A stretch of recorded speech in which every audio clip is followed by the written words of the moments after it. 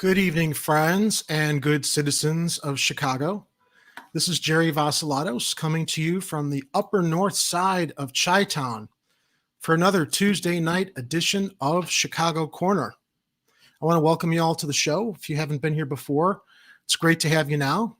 Please make sure you like and subscribe to our channel down below and share it with your friends who you feel would appreciate all the great news and cultural events that we cover here in the city of Chicago.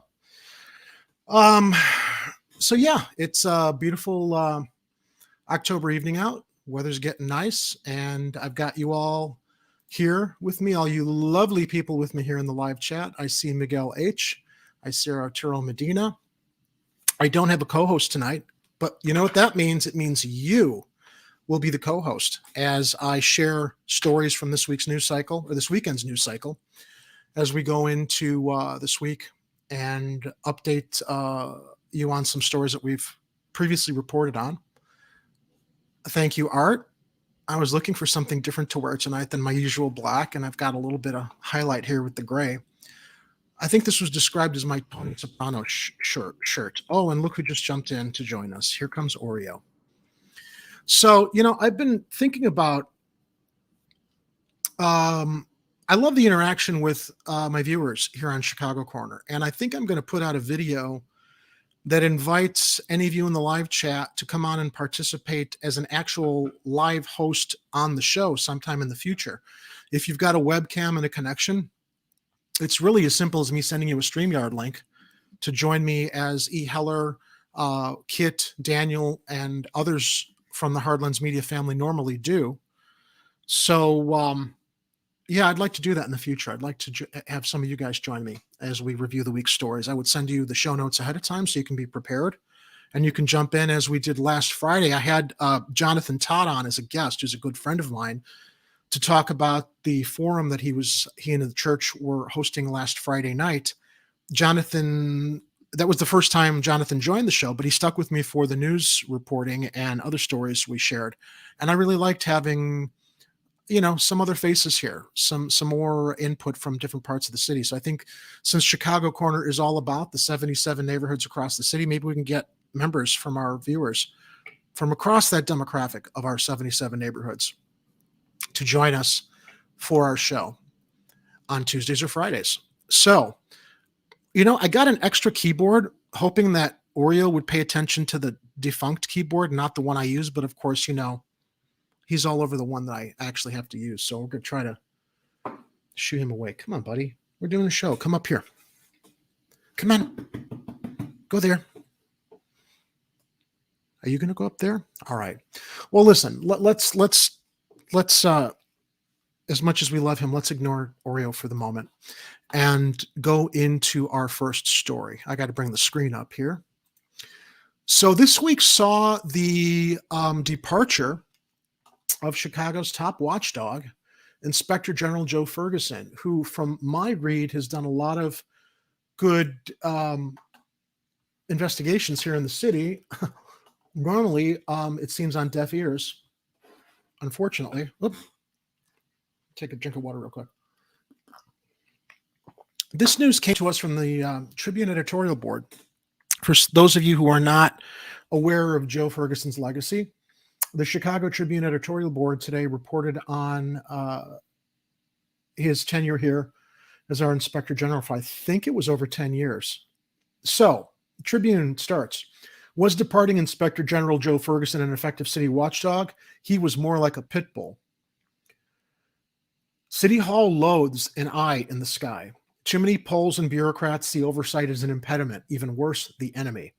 If they had their way, their smokescreens and backroom shenanigans would endure undisturbed, vote after vote, term after term, generation after generation. For 12 years, Joe Ferguson has flung back that curtain. As the city's Inspector General, Ferguson has scrutinized the inner gears of City Hall, exposed inefficiencies that spelled out how operations could improve. He has unearthed waste and mismanagement of taxpayer money and shown a harsh spotlight on politicians' abuse of power. He's been more than a watchdog. He's been the city's resident pit bull. A sampling of his work. Ferguson and his team probed the Chicago Police Department's gang database and found that police leadership failed badly in creating a more fair and accurate system for including individuals into that database. Tens of thousands of individuals were being inaccurately designated as gang affiliated, most of them either black or brown. Ferguson flagged the deep flaws in the gang database 2.5 years ago. We're still waiting on action on that, with extraordinary consequences to individual lives, Ferguson told WBEZ Radio Wednesday. And that particular investigation relates to what we reported on here a month ago, and Mayor Lightfoot wanting to sue gang leaders throughout the city, because she feels that suing gangs is going to solve the problem when the gang database is not even properly updated and reflects a lot of inaccuracies that the city could go and seize forfeit, what do they call it? Forfeit asset seizure across possibly a lot of innocent people that should not be in that database, because they are not they're not the dangerous gang criminals that the database is not properly updating. Also, in the wake of the George Floyd unrest, civil forfeit affiture. That was the word I was looking for. My apologies. Sometimes I have a little brain fart, and it takes me a moment to grab what I'm thinking about that I didn't put in the previous sentence. In the wake of the George Floyd unrest, Ferguson issued a report concluding that CPD's handling of the protests and looting was marked, almost without exception, by confusion and lack of coordination in the field, emanating from failures of intelligence, assessment, major event planning, and most significantly, leadership in CPD's senior ranks. At the time, the Tribune wrote that Ferguson's assessment should have been seen not as a cudgel, but as a lesson plan so that future crises are managed far better than this one was. One of Ferguson's last reports was particularly damning. Last week, his team found that the Chicago Fire Department has failed to establish any kind of performance management standards that would allow it to assess, in alignment with best practices, response times to fires and emergency medical service calls. Ferguson stressed that his finding comes 8 years after he first... 8 years! 8 years, people. And that 8 years is going to come into question in a moment when we move on to Mayor Lori Lightfoot's statement about his departure, but 8 years after he first flagged the problem. That's an inexcusable period of inaction on something as vital as knowing and improving response times to fires and EMS calls. People's lives are at stake. Ferguson's last day was Friday. The same day he left, we published an op-ed from Mayor Lori Lightfoot, which we'll get to in a moment, who said a selection committee has been assembled to conduct a nationals. They've just assembled it. Keep in mind, they knew he was leaving. Now they're assembling a committee to conduct a national search for his replacement. This will be one of the most important hires Lightfoot makes in her first term. The city's watchdog represents a firewall to incompetence, waste, and corruption, all the things that you would imagine they want to prevent if they had actually done that search before Ferguson departed. But I digress. City Hall's long, sad history of indicted, convicted aldermen, taxpayer fleecing, and self-serving policymaking screams for someone to continue the job of holding the polls accountable. How close is Lightfoot to naming a permanent replacement for the outgoing Inspector General? Ferguson gave Chicago a window into that pressing matter during his WBEZ appearance last Wednesday. That's an enormous question, and it's shocking that I can't give you an answer, Ferguson said, adding that City Hall has been aware since July. Where are we at, guys? It's almost Halloween. July, that he wasn't going to stay on as Inspector General. Here we are on day 104 or 105 since that notice was given, he continued. The selection committee has only now started that process. Early Friday evening, WTTW reported Lightfoot had named William Marbach, a Deputy Inspector General of Investigations, as interim Inspector General. Still, Ferguson, we wonder whether City Hall is moving fast enough toward a permanent replacement. The position of City Inspector General is far too important to go unfulfilled for any stretch of time. There's too much taxpayer money at stake, too many city functions and services that need a top-to-bottom scan from the Inspector General's eyes. From its inception, the Inspector General post has proved its worth time after time. The position was created in '89 by Mayor Richard M. Daley. That decision came back to haunt Daley in 2009, when then Inspector General David Hoffman released a report probing the disastrous move by his administration to lease the city's parking meter business to a private company for 75 years in exchange for mere $1.15 billion to help plug immediate budget gaps, which we are still paying for. Since then, the for-profit outfit Chicago Parking Meters LLC has raked in mountains of our cash and hamstrung the city from changing use patterns of its own streets, even during the pandemic. All the while, City Hall has been groping for ways to patch up massive deficits. Attempts to renegotiate one of the worst deals in the history of urban American governance have mostly failed. Ferguson took the ball from Hoffman in November of 2009 and ran with it, later expanding the office's oversight to include the City Council. In her op-ed, Lightfoot acknowledged the crucial role the Office of Inspector General plays and the stellar work Ferguson has done. Joe Ferguson has raised the standards and expertise of the office, the mayor wrote on our pages. The need for a legitimate, trustworthy government has never been more important than now. So why did you wait till now to look for a replacement, Mayor Lightfoot? Ferguson said he was leaving in July. And you still, knowing the need for this, you're only now putting the committee together to find someone. All true, Mayor, which is why finding a new Inspector General who lives up to the standards Ferguson sets is non-negotiable. So is making that appointment a top priority on your list of things to do? Oh, no, that's not a question. So is making that appointment a top priority on your list of things to do. All right, so I linked in the show notes below.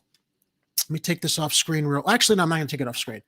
There's an interview with Inspector Joe Ferguson at the Daily Line, and I'm going to play some of it for you. The beginning of this interview, and we can listen, and I'm also going to share some of your comments from the live chat as we listen to this. It's a moment for us to listen to the Inspector General firsthand during this interview that was conducted by, let's see here. I want to give them credit, and I'm not seeing the person who did the interview, but I'll bring that up in a moment. This is from Cloutcast. Let's play it, and I'll bring up some of your comments. Well, thank you so much for coming on. I'm sure this has been a pretty busy week for you, so I appreciate making the time. Appreciate you having me, and yeah, it might be the busiest week of my entire tenure. That's an understatement. 12 years. Yep. So I'm talking to you now on Thursday morning, and at the rate that your office has been pumping out all these reports, we'll probably see a lot more by the time this comes out on Monday, including the quarterly report that you're working on that is going to summarize investigations from July to September. For now, the latest, I think, big finding to come out of your office came out yesterday. It has to do with City Council committee chairs. Your team found that some of these aldermen are using their committee staff for ward-level work. And apparently the response from a lot of them was to kind of shrug and say, we don't really want to do anything about that. You know, I can imagine that they might look at that and say, well, what's the big deal? These are government workers. They're doing government work. So I'd like you to elaborate a little bit on... I want to pause this real quick because I did listen to this interview ahead of time, and Ferguson's commentary on all of these committees and city council and what a fucking waste of time they are is priceless. Why is this an issue that, you know, average taxpayers, residents should care about? Good and important question. Obviously, we thought so, and that's why we looked at this in the first instance. And it is, by the way, the first full-blown audit of a city council operation. And in the coming year for the annual plan. First ever? The first ever. First ever. Of an actual sort of programmatic function of the council. Unbelievable. And next year's plan will look at the Council Office of Financial Analysis, COFA. As a discrete matter. This was looking at committee expenditures, sort of a kind of a traditional audit. How well are they tracking and how are their record keeping and that sort of stuff. This is really interesting. Listen to this. For the stated purpose. And that expending money for the stated purpose, budgets need to be understood actually as legislation. It's a law, right? And each appropriation line constitutes a pledged, dedicated, approved utilization purpose for what has been appropriated. And when we're talking about personnel in the city, it breaks down at multiple levels. It breaks down at the level of the individual position, but also the purpose or the title of the position and what it's supposed to be applied to. And there was a little bit of... For those just tuning in, we're listening to former Inspector General Joe Ferguson, who has departed the office of Inspector General, while Mayor Lightfoot has not even found a replacement yet, despite the fact he announced his departure in July.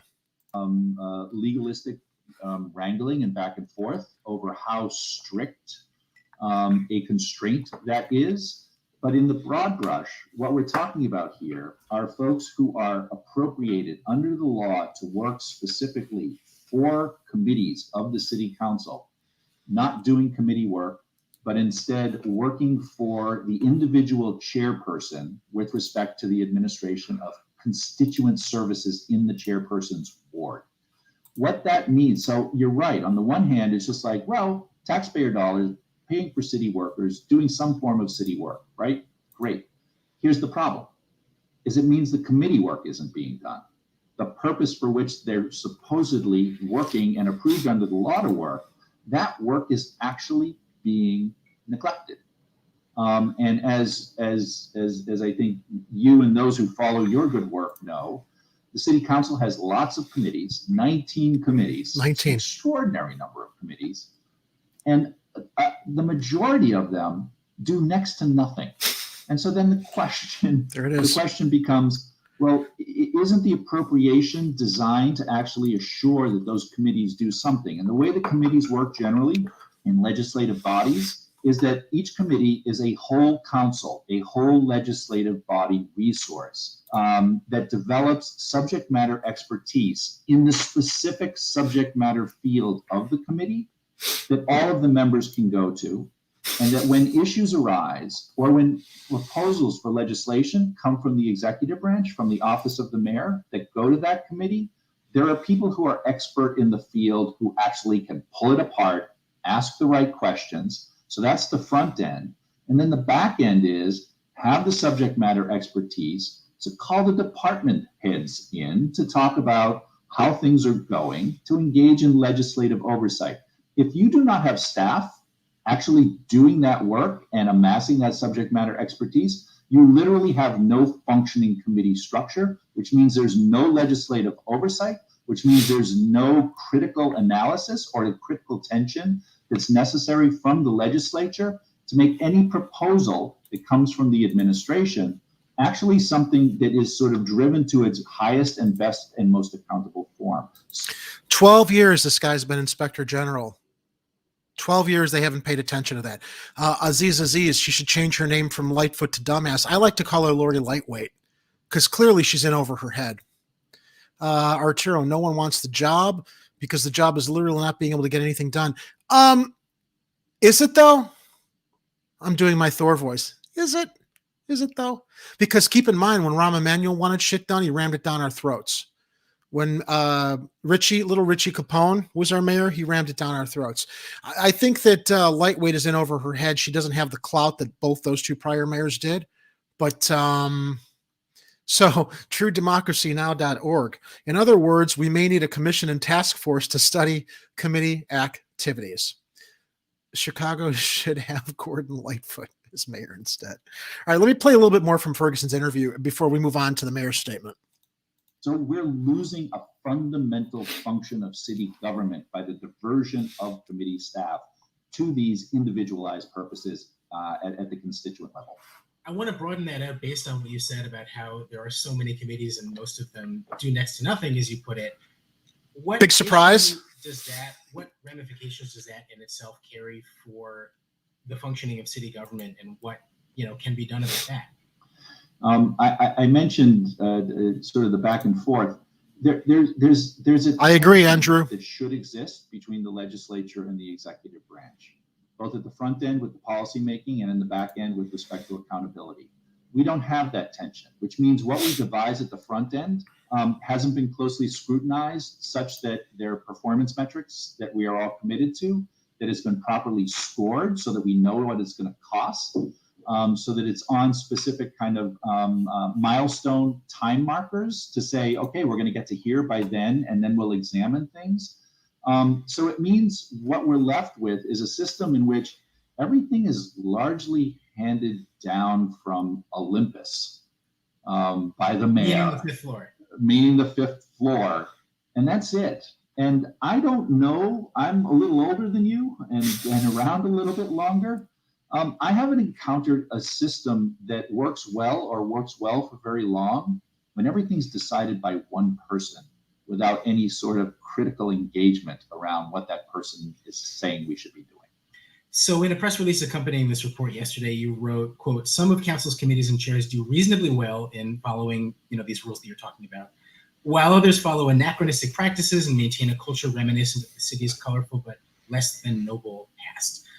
I would like you to expand upon that a little bit and I mean, name some names. Which committees were the worst offenders on this? I love this part. The major committees, the ones that we would all agree are major committees. Everybody's got titles. Finance, Those are the ones that actually are doing it right, at least doing it right in this particular term of the council. And one thing to note here is this being a first audit of the city council, there's a lot of things that we're kind of working out and the office is going to have to work out with the council as to how audits are done. Why?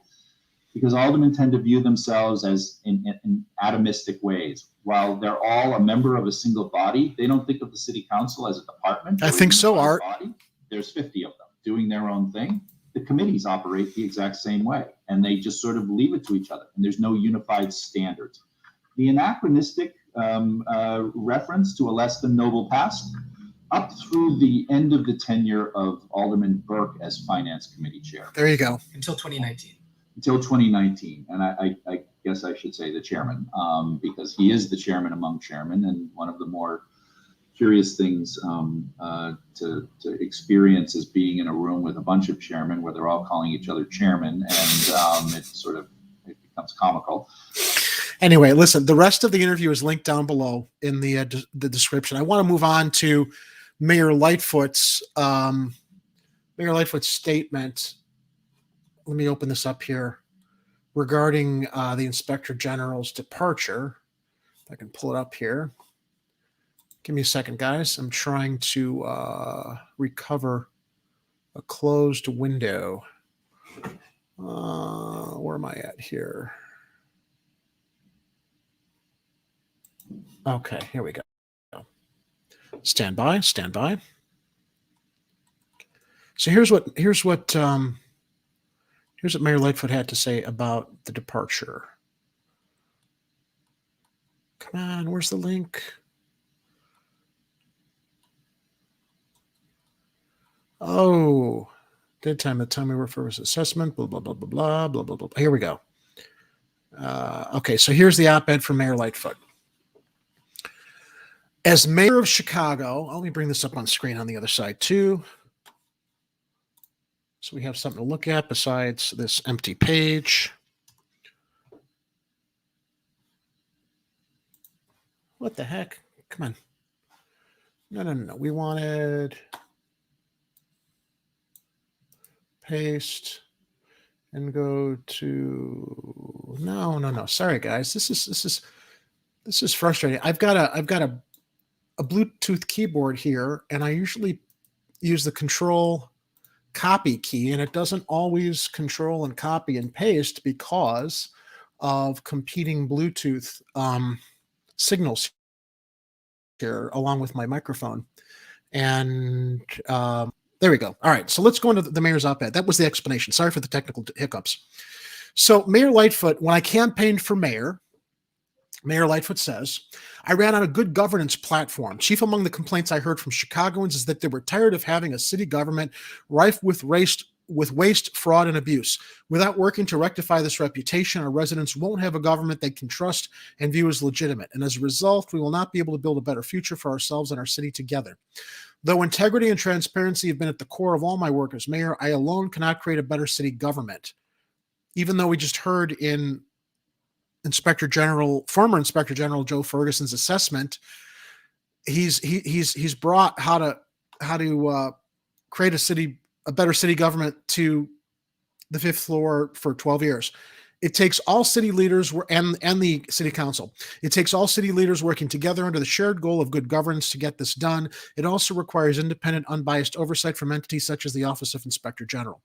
The OIG plays a critical role in not only holding the government accountable, but pushing it to continuously improve, which I would give him a lot of credit. That's what he's been pushing for, to no avail.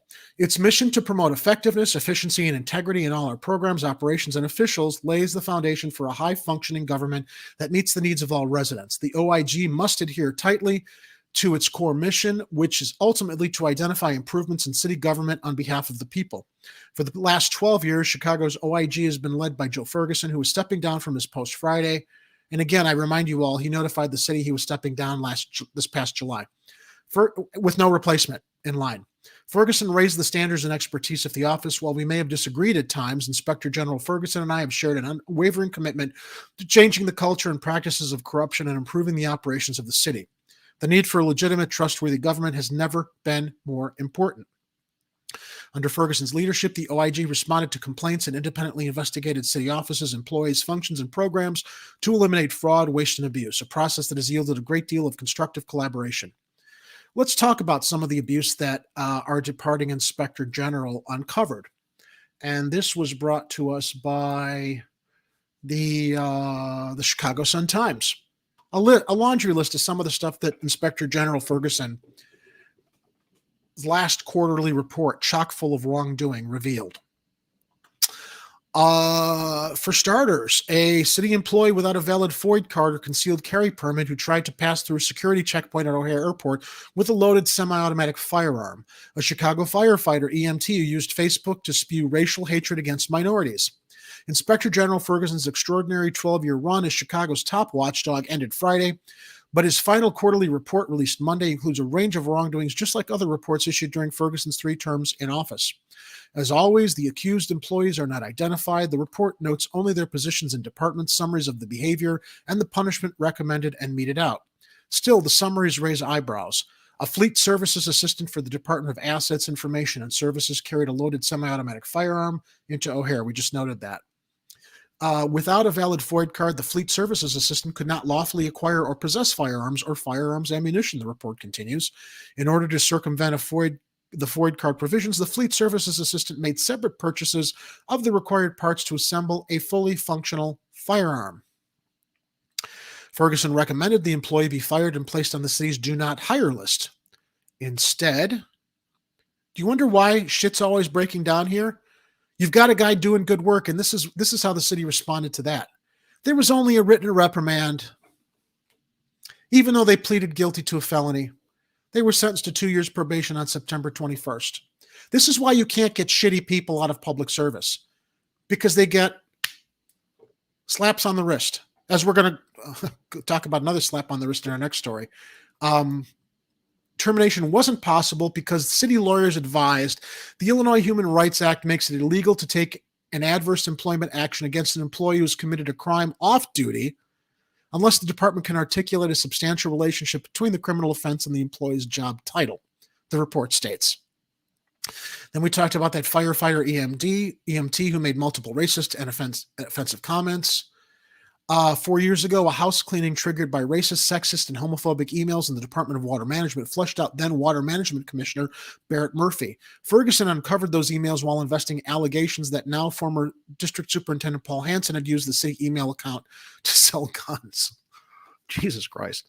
The Facebook posts by the firefighter EMT on their own Facebook page, and in response to a post by a member of the public the firefighter EMT did not know, were similarly hateful. The comments mocked the member of the public's mother's parenting skills, assumed that the member of the public and other commenters on the post were welfare recipients, and suggested that one of the commenters take their ass back over the border, the report states. Well, hey, at least he didn't restrict the comments like Alderman Gardner did, which he was accused of, stifling free speech on his public page. We're going to get to him in a moment, Jim Gardner.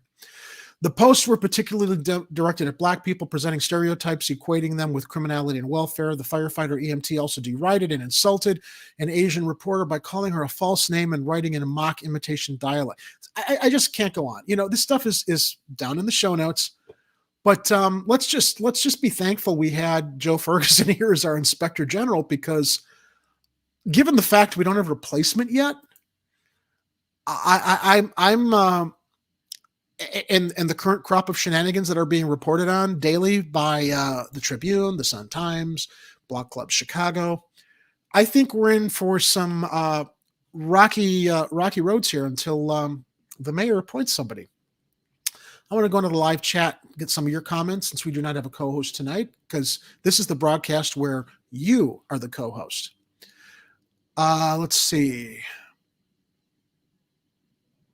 Yeah, War Deer Entertainment. It still is.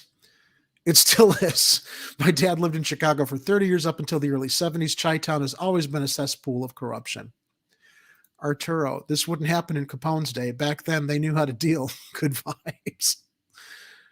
Apparently, E. Heller shares with us that Jane Byrne was our first female mayor, was the last mayor to appoint a city manager. Mayor Lightfoot should start a podcast where she speaks about the perils of being mayor. Don't give her any ideas, Art. You know, you don't want to take her away from her important activities, making bets with other cities over sports finals. That's the priority right now. We've been seeing all over social media. Chicago is a town of self-appointed elitists becoming political leaders and stealing whenever possible. Yep.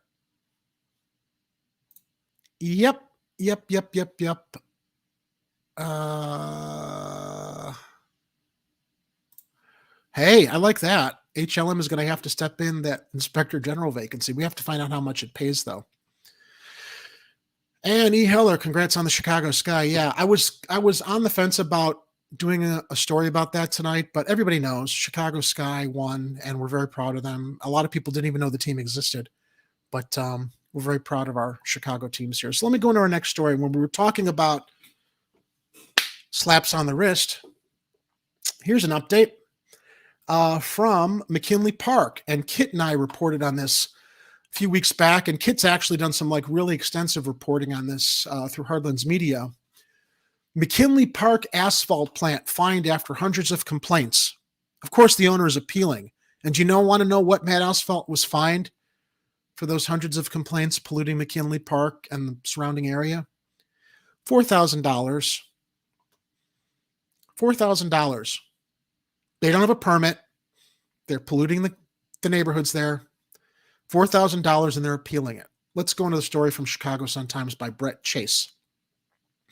The owner of a controversial McKinley Park asphalt plant, cited 8 times by Chicago inspectors for pollution violations last year, is asking a state court to overturn $4,000 in fines recently assessed by the city. Because, they can't afford that. They can't afford that.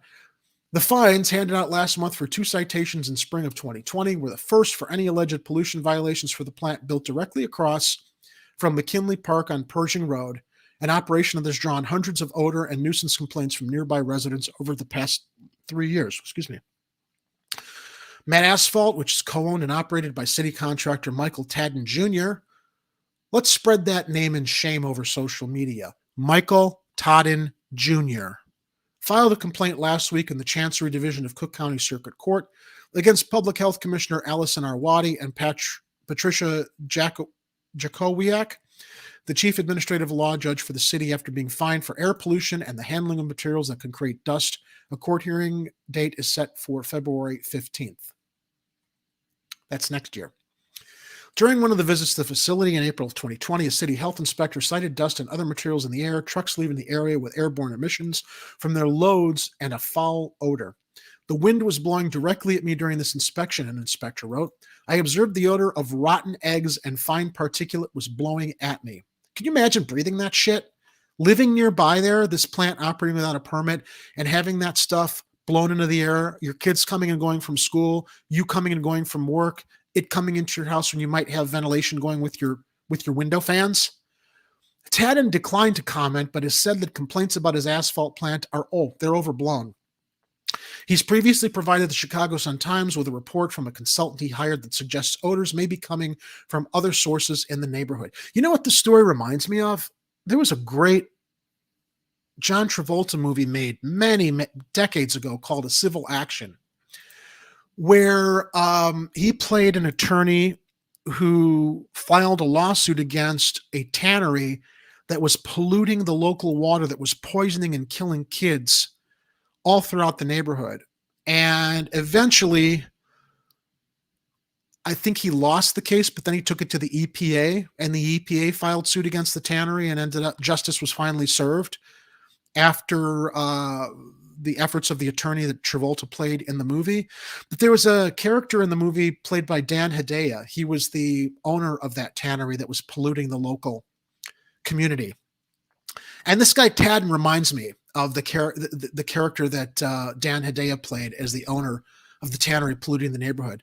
The complaints about his asphalt plant are overblown. He's polluting the community. It's all overblown. Matt Asphalt takes every reasonable precaution to combat emissions and fugitive dust and complies with all state environmental emissions regulations and standards, Tadden's lawyers, Mara Georges, told the Sun-Times. That's why they don't have a permit. If they did, wouldn't they Get that? Make sure everything's in order instead of having inspectors come out and fining them a piddly $4,000. The April citations were just the first for alleged violations for Matt in July 2020. Additional citations were issued. A city inspector during one visit described strong odors that smelled of chemicals and sulfur. These odors are very uncomfortable to inhale and instantly made me nauseous, the inspector wrote. A spokeswoman for the city law department declined to comment. A city public health spokesman confirmed that the fines were the first for Matt. The first, after setting down roots there and building their plant. A hearing date has not been set for citations assessed in July of 2020. City records show about 180 complaints have been made about the plant. 180. Largely related to odor, state officials have also have fielded complaints. So, again, I mentioned earlier that Kit did an extensive, let me get this off screen here, an extensive report on Matt Asphalt that we ran before a segment when we talked about it a few weeks back, and it's also on our Chicago Corner channel. I posted it on our Twitter social media asking everybody to spread it. I'm starting to think now we might need to spread the Matt Asphalt story on Twitter and tag the EPA. Because if our local officials here in Chicago can't get their shit together, and if the EPA isn't already looking at it, maybe they need to take a look. There's much more at stake than the fines Tadden received last month. The plant has been operating under a state-issued construction permit that was supposed to be temporary until it went through a full review of environmental factors for a full-time operating permit that typically is issued for 10 years. But the COVID-19 pandemic has upended that process, and it's unclear when Matt will get its review. So clearly they're taking advantage of that delay because of the pandemic to just shove through what the fuck they want to shove through. One community group said the city is moving slowly on policing air pollution and suggested that plants such as Matt should be surrounded by air monitors. It took the city a year and a half for this violation to lead to a tiny fine they refused to pay, said Alfredo Romo. And seriously, $4,000 is nothing. Nothing. And in their arrogance, they're appealing this. Said Alfredo Romo, executive director of Neighbors for Environmental Justice, we need real enforcement. Every facility with a city air pollution permit should have a city monitor. Okay, so we're bitching, we're complaining. What can we do about it? I'm going to subclip this story. I'm going to put it on our Twitter. I'm going to put it on our Facebook. When I do this, it's Tuesday. I'll see if I can get this out in the next day or so. I'll subclip this segment sooner than the usual cycle of putting it on next week. And I'm going to remind everybody and ask you to go to our Twitter and tag the EPA on it once the segment is subclipped, because shit's got to get done. And this is bullshit. Okay? It is. I'm going to call it for what it is. And let's see, our next story. Speaking of more environmental bullshit, how about this? We all saw this story last year, and it's completely related to what we just reported about Matt Asphalt. Another story we'll probably have to tag and tag the EPA if our local officials are not doing anything about this. City staffers, and this comes to us from Block Club Chicago staff, city staffers should be punished or fired for handling of coal plant implosion in Little Village, Watchdog says. 3 city employees should face consequences, and 1 should even lose their job over the handling of a smokestack implosion that left Little Village covered in dust amid a pandemic, the city's Inspector General said in his latest report. This also came from Inspector General Ferguson's last report before his departure. In spring 2020, city officials approved permits for Hillco redevelopment partners. Well, hey, at least they approved the permits, of course, without alerting the neighborhood into what an environmental disaster this was going to be, to implode a century-old smokestack at the old Crawford coal plant in Little Village. Activists urged the mayor's office to stop the demolition amid the coronavirus pandemic, but it moved forward anyway. Neighbors received little to no notice before Hillco and its contractors imploded the smokestack, which blanketed homes and streets in dust and debris on April 11th of 2020. How about this? Kind of looks like what we saw after 9/11, right? All over New York City. That shit's got to be really good to breathe, huh? In a report released Monday, former Chicago Inspector General Joe Ferguson recommended discipline against 2 Department of Building officials who were involved in the permitting and planning process for their implosion. You know what they're going to get, though, right? You know what they're going to get. Right? A third official with the Department of Public Health should also be disciplined and possibly fired, the report said. Ferguson's full investigation into the implosion was not published. Of course not. Of course not. Why would you want to publish that? Why would you want to make that part of the public record and disclose what the fuck went on? The Sun-Times reports the findings were sent to Mayor Lori Lightfoot's office in order to give the city a chance to respond and either accept the recommendations or propose its own course of action. All in the light of Lightfoot thanking Inspector General Ferguson in her Chicago Tribune op-ed, which is just more bullshit. God, she talks, she acts like she cares, but she is just so fucking ineffectual. For 2 years, the Little Village Environmental Justice Organization had urged the city and state to provide more oversight during the demolition of the old Crawford coal plant after activists called for more regulations and air monitors. This summer before the implosion, city officials told residents to close their windows and doors during demolition days. See this picture here? Close your windows and doors, everybody. Don't go outside. You only live there. Said Kim Wasserman, executive director of the organization. Following the incident, Lightfoot issued a stop work order and a 6-month moratorium on implosions across the city, calling the implosion an utter failure. The city fined the developer $68,000. Following the public outcry, the city approved increased fines for environmental polluters. $4,000 for Mad Asphalt. That's an increased fine. It also passed a law to revoke tax incentives given the industries that betray the public's trust. The law is not retroactive, so it can't be used to punish Hilco, which already received $19.7 million in tax breaks to build a Target distribution center on the site, which opened in August. The city is also in the process of bolstering implosion regulations, which would include notifications to residents ahead of a planned implosion. More reactive governance from the city of Chicago, everybody. They don't plan, they react. What else is new? What else is new? Let's go to the live chat. Share some of your comments. I'm going. All right, from Arturo Medina. Yeah, seriously. Any city should be paranoid about pollution considering what has happened in Flint, Michigan. Absolutely. Absolutely. Off topic, but I like Jerry's microphone. That's a Tula mic. I got that off of Indiegogo. It's a portable mic I can take off here and record in the field with. Let's see here. More comments from War Deer Entertainment. We had international paper in my hometown. Fortunately, we lived far away from it, but if the wind was right, you could smell it somewhat. EPA uses explosions to clean Superfund sites. Not sure how effective the EPA will be. Well, that's discouraging. War Deer, EPA is a joke. It's going to take massive protests just to keep the damn water clean. Yeah, it does look like downtown New York City on 9/11. Residential neighborhood around the smokestack that was destroyed. People who are in power always get a slap on the wrist. They are never held accountable. If you or I did any of this, we would have the book thrown at us. Andrew, I'm not going to disagree. That's the rules for thee, not for me. Quote we always throw out here.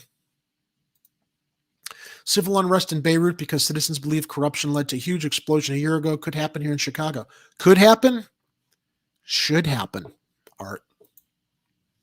And yes, the Democrats are just as bad as the Republicans. Absolutely. Absolutely. Absolutely. Absolutely. Love to see massive protests in Chicago. New York City has too many Karens and hipsters to do anything here. Oh, here's a whole other conversation, rabbit hole. Amazing how the implosion of Building 7 didn't look a thing like a controlled demolition on falling at almost this acceleration typical of gravity, not much impeded. Luckily, NIST didn't know high school equation. Yeah, that whole 9/11 conversation would be interesting. And truedemocracynow.org, there are many instances where the ineffectual or complete lack of response is intentional. Yeah, pretty much. Was there asbestos in that smokestack considering its age? Probably.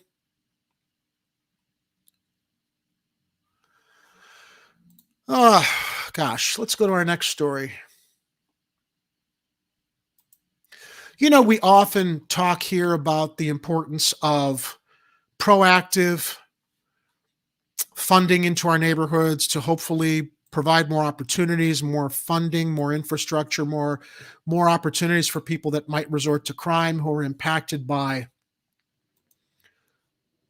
all kinds of impediments and challenges in their life. We always talk about how so many of the homeless people we see out on the street were probably pushed out of mental health clinics. We also talk about how many people that could really benefit from mental health are engaging in crimes out of desperation. So quite naturally, the push to reopen our shuttered mental health clinics are challenged by the city's top doctor. This comes to us from Aaron Haggerty at the Daily Line and Alex Nitkin at the Daily Line, as reported by Block Club Chicago. Get ready to get pissed off. Mayor Lori Lightfoot's administration is pushing back hard on a proposal from the city council to reshuffle mental health spending to reopen city-backed clinics, saying the plan could veer the city off its existing path to widening psychiatric outreach. How? Mayor Lightfoot just proposed in her last budget address, she's getting all this federal bailout money, and she was going to create a $500 monthly stipend for families that qualified through means testing. But what? There's not enough money there to reopen our mental health clinics? But there's plenty of money to what? Everybody in the live chat? Increase the police budget, fund the police, right? Never a question there. Mental health clinics, not so much. God damn it. The ordinance 02021-4773, authored by Alderman Rosanna Rodriguez-Sanchez of the 33rd, is one of 8 proposed amendments progressive aldermen and community groups submitted to the city's 2022 budget last week in separate attempts to tweak Lightfoot's $16.7 billion spending plan. Other measures would boost funding for lead pipe replacement, sorely needed, violence prevention, and other initiatives above and beyond the allocations Lightfoot rolled out as part of her Chicago Recovery Plan last month. Rodriguez-Sanchez's measure, which would seize $10 million of the $151 million earmarked to the Chicago Department of Public Health from the Federal American Rescue Plan for spending on mental health clinics, is the only proposal of the bunch that has scored support from a majority of the city council. As of Monday, it listed 25 co-sponsors. The $1.9 billion federal windfall coming to Chicago presents an incredible opportunity for us to fulfill the promise that Lightfoot and multiple aldermen made during their 2019 campaigns to reopen the 6 public mental health clinics that former Mayor Rahm Fuckface Emanuel closed in 2012, Rodriguez told the Daily Line on Monday. We have a crisis of mental health in this city, and the public mental health clinics are a fundamental piece of making sure we are providing it, she said.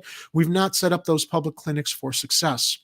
But city health officials say her plan would throw a wrench into Lightfoot's ongoing effort to expand mental health services by other means. How? What, does she have an alternate plan that's not already there, that other people are going to benefit from this federal bailout windfall? I'm just asking. Health Department Commissioner Allison Arwady sent a 2-page letter to aldermen on Friday urging them to reject Rodriguez-Sanchez's concerning, quote-unquote concerning proposal to reopen those mental health clinics, saying it would sap resources from the trauma-informed centers of care network the city is weaving together with funding from various sources. Okay, so let's they don't have the trauma-informed centers of care network in place. They're weaving it together. Meanwhile, they have closed down mental health clinics that could reopen. And the mayor's against that because we got to throw the money into weaving together the funding from various sources for that other care network that's not in place. The Centers of Care model has already expanded to serve 26,000 Chicagoans during the first half of this year, up from 3,600 in all of 2019, Arwady wrote. This is many more clients with a wider range of needs than the city of Chicago has served in decades, if not ever, and we're still expanding, the commissioner wrote, adding that the mayor's 22 mental health budget plan would more than double the city's overall mental health spending to $86 million. I have an idea. Can we take $10 million away that city council is asking for from more police overtime and more police budget funding and just put it in the fucking mental health clinics so that they can have both? What's wrong with that? Is it really going to make that much of a difference if you just reopen the clinics while you're weaving this plan together that's not completely in place? Do the police really need all the police department that we're seeing all these cops who don't want to follow the public health mandate to serve are being disciplined because they feel that the law doesn't apply to them when it comes to their jobs? We're in the twilight zone, everybody. But the city should be expanding its mental health outreach by investing directly in city-run clinics, not in outside organizations, which are harder to track and regulate, Rodriguez Sanchez argued. Exactly. Publicly funded nonprofits typically pay clinicians less and employ non-union staff with higher rates of turnover, threatening the clinic's abilities to build long-term relationships with clients, she said.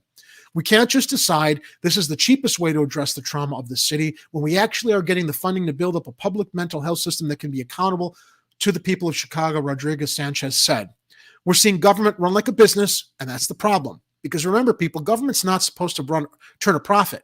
And whenever you hear these assholes talking about we need to run government like a business, business so that their cohorts can take the funding from these programs and enrich themselves, not actually put it into the programs that are being shut down and privatized by our city officials.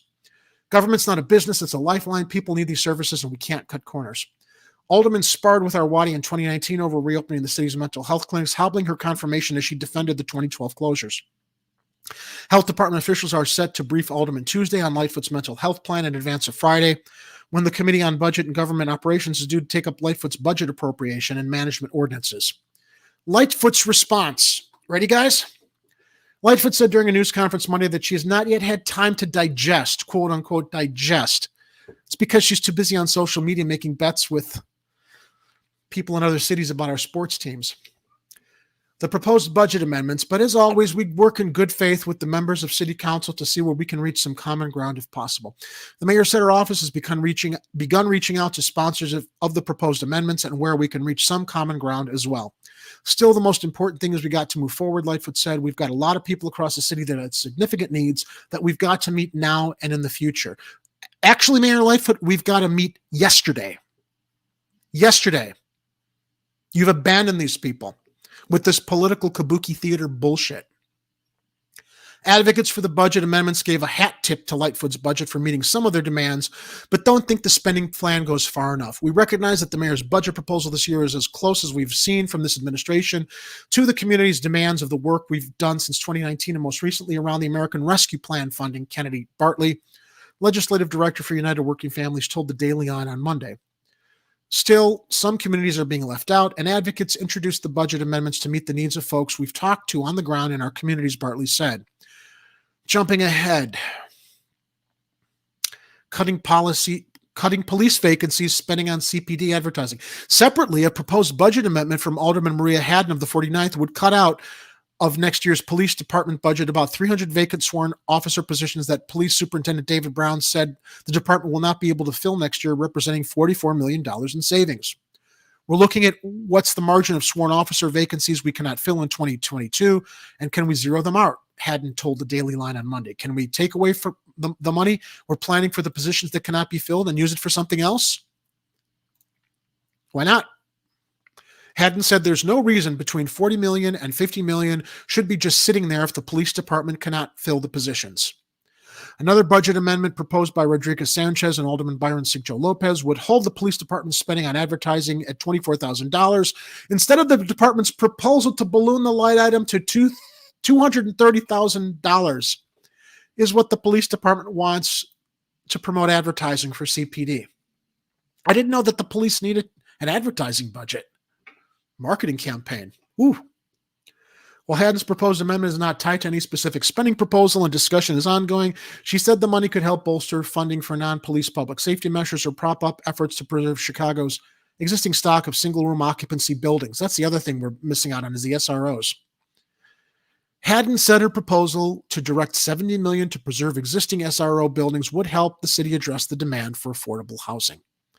The affordable housing crisis we're in right now, a lot of our SRO buildings are of a certain age, and not preserving them will only displace more people and lead to homelessness for more residents, Hadden said, adding that preserving existing buildings is usually more cost-effective than building new. Lightfoot's Chicago Recovery Plan sets aside $35 million to add new units of supportive housing and rehab buildings, and $30 million for non-congregate housing programs that would allow the city to expand its use of former hotels for permanent supportive housing. The initiative is designed to help Chicago residents who do not have permanent living situations. Anyway, everybody, look, long article, very, very well covered by Block Club Chicago, reporting for the Daily Line, linked in the show notes below. I would encourage you to go down there and read the article in full. I'd like to move on to the next story, but before I do so, let's go to the live chat and see some of your comments.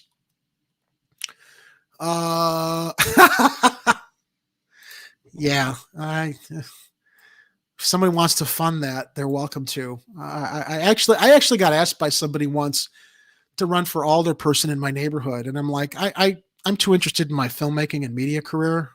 It would be interesting, but I wouldn't take that on because it's a full-time job and it's a full-time commitment to serve as in city government, and I'm a little selfish in pursuing my other ventures with in media and entertainment. I'm also trying to get another film project off the ground. All right, so let's go to the live chat here. I want to recap some of the best comments here as we're talking about this budget. They have to make sure they get their money in investments. They don't care about the people, maybe toss crumbs once in a while. Yep. Let's see here, talking about the mental health. Yeah, right? Plenty of money to close mental health clinics, to open sports and entertainment arenas, right? Or pay bloated police overtime. Wow. How about this? Yeah, Turkey Day. Speaking of trillions, it's odd that $6 trillion is committed presently, apparently, to paying only the interest on loans taken out to fund the recent foreign wars of aggression. Yep, here we go, Andrew. Exactly. I was thinking that exactly. She decided to increase the police funding rather than address the mental health issues. Shake my damn head. That's what they always do. Reactive. Reactive governance, not proactive. Logan Square residents added money to our own tax bill to reopen the shuttered Logan Square mental health clinic. Lori will be paying her extra $20 per year for it. Fuck you, Lightfoot. Yeah. The mental health field is one of those that only future generations will realize how truly bad this current society's grapple of the topic is. Absolutely. To improve mental health in Chicago, you'd have to completely rebuild the physical city, make sure everyone has healthy food, access to nature, community, friends, good jobs, and healthcare. Gene, what are you, a socialist? Doesn't sound like a bad idea. As we go down some of these other comments, because I talk so much and I want to hear what the rest of you think. So give me a moment here while I scroll down here. New comments. Yeah. Andrew, this religious who won't stop talking about her religion after I told her many times. I'm not sure who you're referring to, Andrew. Actually, I clicked the wrong comment. Oh, well, this is scary. Jerry Springer was technically a city manager at one point. Jerry, want to mention the first clown in the circus that is the mayoral race for the city of Chicago?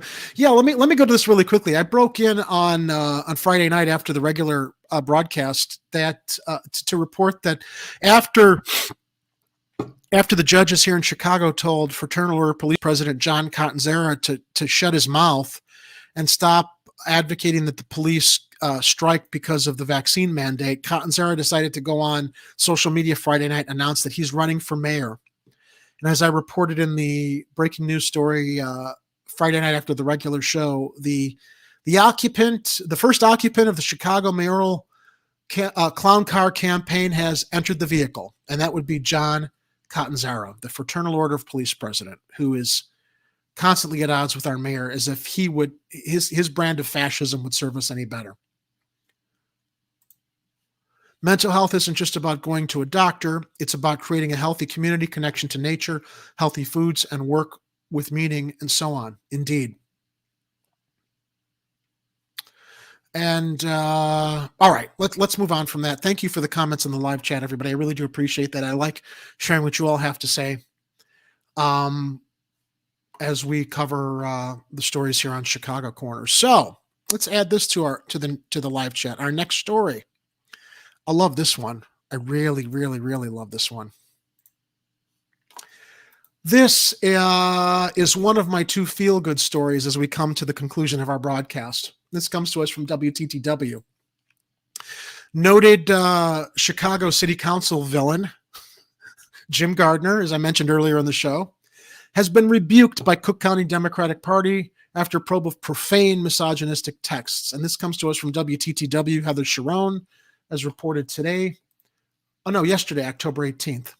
The Cook County Democratic Party rebuked Alderman Jim Gardner of the 45th Ward on Monday for using misogynistic, homophobic, and obscene language and verbally harassing another alderperson, a city staff member, and his own constituents.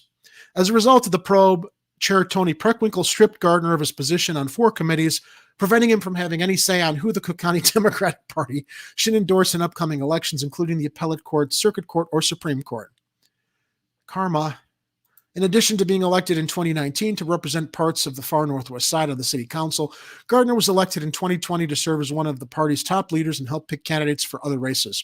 However, Gardner's actions disgraced all Cook County Democrats, according to a statement from the political party.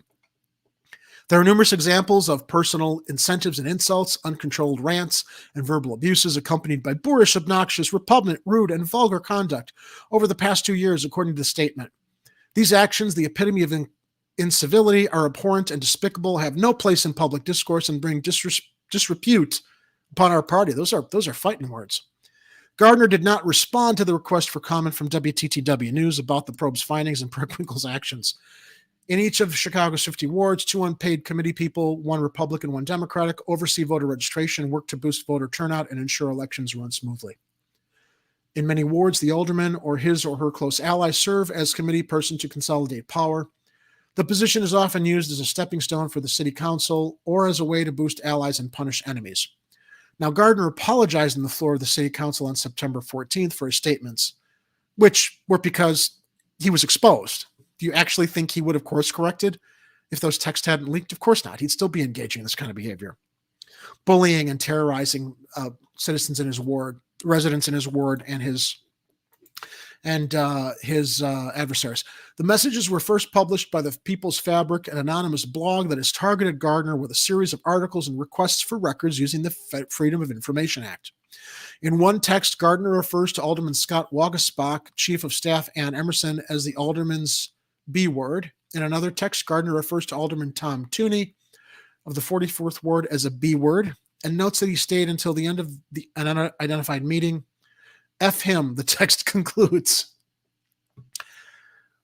In a text first reported by CBS 2 TV, Gardner called Joanna Klonsky, a political communications consultant who works with Lightfoot, a dumb B word.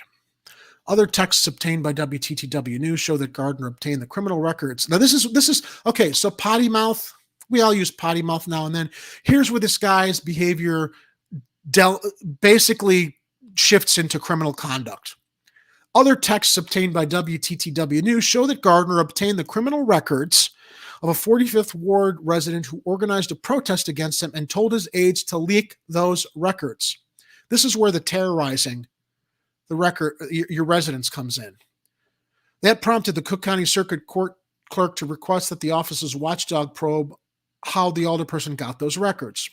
I want to make it clear that I've never acted on those rants. However, they should not have been expressed, and it certainly was not my intention to demean anyone, Gardner said in his apology. Yeah, bullshit. It's exactly what you were doing. In an email to party leaders published by the People's Fabric, Gardner told them that he made the comments before he was elected as committee person and blamed his political adversaries for trying to assassinate my character by any means necessary. This guy looks like he walked out of a Harry Potter movie, okay? Big, crazy eyes, shaven head. He's a villain. Because this continuing course of conduct has no home in our party, we will not stand silent in the face of such bigotry, according to the party statement. These words and actions by an elected official and party official do not represent the values and vision of the Cook County Democratic Party. Well, that's a surprise, but there's a little bit more way to go, Cook County Democratic Party. I'm sure there's a lot more stuff that hasn't been exposed that we'd love to know about, but I know the Cook County Democratic Party is interested in also saving face by disassociating with him. I mean, how many years did they continue to associate with Madigan until the feds finally closed in on him? We make it abundantly clear that we will not condone this type of behavior from one of our members and consequently officially and formally rebuke and disapprove of his actions. All right. In addition to the probe by Cook County Circuit Court Clerk Inspector General Mary Lori Lightfoot called for the Chicago Inspector General to probe Gardner's conduct. In addition, the Chicago Board of Ethics found in September that there was a probable cause to believe that Gardner violated the city's governmental ethics ordinance by using his office to retaliate against his political foes. Here's the feel-good part of the story, everybody. Ready? Federal officials are probing allegations that Gardner took bribes and demanded payments before taking official actions, sources told WTTW News. Godspeed to our federal officials. I hope this motherfucker sees jail time. All right. That said, here's my final feel-good story. Yay. If you've watched previous broadcasts, you know how much Halloween is one of my favorite holidays. Oh, before we go into this, let's go quickly to the live chat. Want to see some of the comments. Really quickly, commenting on the last story. Let's see here, talking about Alderman Jim Gardner. Potty mouth is with comedy. One should read the room, as Molly Hatchet once said. It ain't for everybody. He said those comments, then he meant those comments for sure. He probably has a second row of teeth like a shark. I would not doubt it.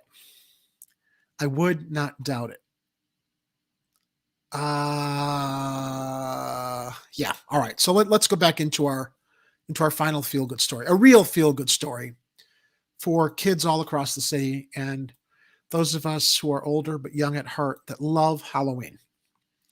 Logan Square via Block Club Chicago. Pumpkin Fest is coming to Logan Square's Unity Park this weekend. The family-friendly event, set for 10 a.m. to 2 p.m. Saturday, will include pumpkin decorating, a costume parade, and more. I would like to see some of our kids in Chicago. What's a really scary costume for this Halloween? I'd like to see some kids dressing up as Alderman Jim Gardner. That would be frightening. That would be a very scary costume, I think. Anyway, a family-friendly festival dedicated to all things October is taking over Logan Square's Unity Park this weekend. Unity Park Advisory Council is behind Pumpkin Fest, set for 10 a.m. to 2 p.m. at Unity Park, 2636 North Kimball Avenue, linked in the show notes below and the description box underneath this broadcast. Families can expect a pumpkin patch, a photo booth, TikTok dance lessons, and music at a free event. The costume parade is set for noon. Popcorn and cider will be provided. Pumpkins will be available while supplies last. For 20 years, Unity Park Advisory Council has hosted a pumpkin festival with a pumpkin patch and decoration stations in the lead up to Halloween. But last year's event was canceled because of the pandemic. Instead, the park group handed out pumpkins and craft bags so kids could decorate at home. Take your kids out. Get your significant other out to the Logan Square Pumpkin Fest this weekend. Jerry. Jesus Jerry. Christ. Who just broke Jerry. in? Oh my God. Here Jerry, did I miss the pumpkin story? You came on the tail end of it. Will you be attending this weekend, the Pumpkin Fest in Logan Square? Well, I don't know, but I gotta get a pumpkin somewhere. I want to make a chocolate milk-o'-lantern. I don't really know how I'm gonna do it yet, but Bessie says she's good with a knife, and she said she'll do it for me. Ladies and gentlemen, I need to add to my list of Halloween characters that I'd love to see at the Pumpkin Fest. Not only do I want to see kids dressing up as scary city council villain Alderman Jim Gardner, I think we need to honor Peg Leg Sullivan, who is rumored to maybe have had something to do with the Great Chicago Fire. I should not really I had a discussion with my lawyer, Uh-oh. and he said I really should not be going on to these shows at all. But No comment? I enjoy Chicago Corner, so I am here for you, Jerry. Well, But he did tell me, he said, okay, if you go, he says, do not admit that you did anything to set any fires anywhere ever. I said, okay, I won't tell him that I did the thing that I did not do back Pegleg, 150 years ago. Pegleg, is there any truth to the rumor that you might be joining us for our October 29th Haunted Chicago show? Actually, I'm very glad that you asked that. I was going to suggest that I come on as a special guest to tell my story, which my lawyer has advised me not to do. But I gotta tell my story the way I tell my story, which may not be entirely historically accurate, but it is my story nonetheless. And I am hoping that you will see it here on October 29th. We're also trying to book Resurrection Mary, everybody. Mm. That's an exclusive. We don't know if we're going to get her or not. Bessie says she knows Mary. Does she know Mary? We might be able to get in touch with her. I'll have to get back to you. It's going to be a star-studded broadcast on October 29th, and I've already put the show icon up at our Chicago Corner page. October 29th, Friday night, the weekend before Halloween, we are going to do a special Haunted Chicago show where we talk about all of the legends of haunted Chicago folklore. And for War Deer Entertainment, what the F is a Pegleg? Pegleg Sullivan lived here in Chicago around the time of the Great Chicago Fire, and as he just mentioned, he may or may not have been involved with that historical event. But he's now a friend of the show. He does join in every now and then. He breaks into our broadcast. He hacks in like Max Headroom hacked into the legendary broadcasts decades ago here in Chicago. I'm Channel not 11. entirely sure how I'm doing that either. It just kind of happens. Well, we're glad to have you, Pegleg. And before you jumped in, actually, we had a question in the live chat from All for Nothing 388. What are your thoughts about the future of Chicago Corner, and how do you feel about it? What are my thoughts about the future? Well, I'm really excited. We reached the landmark or the milestone of 1,000 subscribers, and we want to build on that. We don't just want to stop at 1,000. I think as we've started building our viewership here, what's going to be exciting in the future is our opportunity to invite, interview, and vet the candidates that will emerge prior to the next Chicago mayoral election. You know, Hardlands Media covers the national stuff. We're really looking forward to when the mayoral race starts here in Chicago, shifting a lot of our effort onto finding the candidates that we feel best represent everyone's interests here. And wow, if John Catanzaro wanted to come on the show, what a score that would be, huh? So in terms of the future of Chicago Corner, I don't want us to only be political. I like us focusing on stories about culture and art and having guests on to promote things regarding their going-ons around Chicago. And I would like to bring in some of you lovely people from the live chat to come on live with me and take a guest hosting position now and then to comment on stories and talk about some of your thoughts on what we report on here. So I don't know if that answers your question, but in a broader context, that's kind of what my thoughts are on the future of Chicago Corner and where we hope to see it go as we grow our viewership and try to get more attention for the channel here in Chicago as we build ourselves up as one of the main independent Chicago news sources in this ecosphere on YouTube to report on all the great things happening here in Chicago. No, I did not ignite a cow or deer entertainment. Bessie is my chocolate milk cow. She is the family cow. We kept her in the O'Leary's barn. And I cannot say that I was involved, but a fire did start in that barn and I was in the vicinity of that barn when it happened. But Bessie is my character witness, and I did not have anything to do with that thing that happened 150 years ago, Allegedly. allegedly. All right, gang. With that, we're at about, an hour and 15. You know how much I love talking here. We've exhausted all of our stories. Go out and attend Pumpkin Fest. Maybe you'll see Peg Leg Sullivan. Maybe you'll see someone dressed up as Alderman Jim Gardner. Maybe you'll see the real Peg Leg. Maybe he'll be haunting those proceedings if nobody dresses up like him. Are you going to attend this weekend, Peg Leg? I will try, and I usually bring Bessie with me wherever I go. As you can see, she always photobombs my pictures, which is why I am out of focus and she is not. That's going to be something to see a ghostly Peg Leg and his cow walking through the Pumpkin Fest in Logan Square this weekend. Peg Leg for mayor.